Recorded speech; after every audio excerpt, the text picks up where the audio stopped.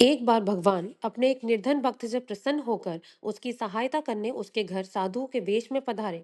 उनका यह भक्त जाति से चर्मकार था और निर्धन होने के बाद भी बहुत दयालु और दानी प्रवृत्ति का था।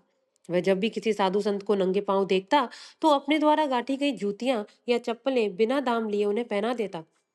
जब कभी भी वह किसी असहाय या भिखारी को देखता तो घर में जो कुछ मिलता उसे दान कर देता। उसके इस आचरण की वजह से घर में अक्सर फाका पड़ता था।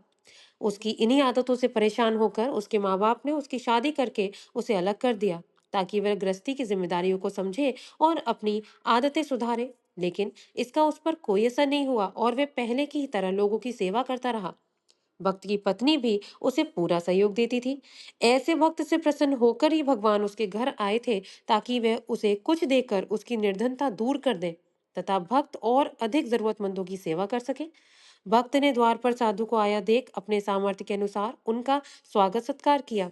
वापस जाते समय साधु भक्त को पारस पत्थर देते हुए बोले, इसकी सहायता से तुम्हें अथाय धन संपत्ति मिल जाएगी और तुम्हारे सारे कष्ट दूर हो जाएंगे।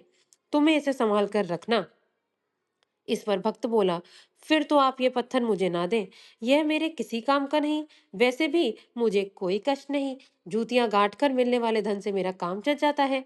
मेरे पास राम नाम की संपत्ति भी है जिसको खोने का कोई डर नहीं है। यह सुनकर साधु वेशधारी भगवान लौट गए।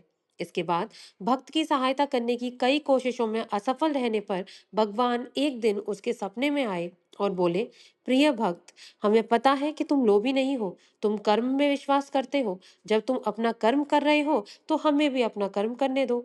इसलिए जो कुछ हम दें उसे सहर्ष स्वीकार करो। भक्त ने ईश्वर की बात मान ली और उनके द्वारा की गई सहायता और उनकी आज्ञा से एक मंदिर बनवाया और वहां भगवान की मूर्ति स्थापित कर उसकी पूजा करने लगे। एक चर्मकार द्वारा भगवान की पूजा किया जाना पंडितों को सहन नहीं हुआ। उन्होंने राजा से इसकी शिकायत कर दी। राजा ने भक्त को बुलाकर जब उससे पूछा तो वह बोला, मुझे तो स्वयं भगवान ने ऐसा करने को कहा था।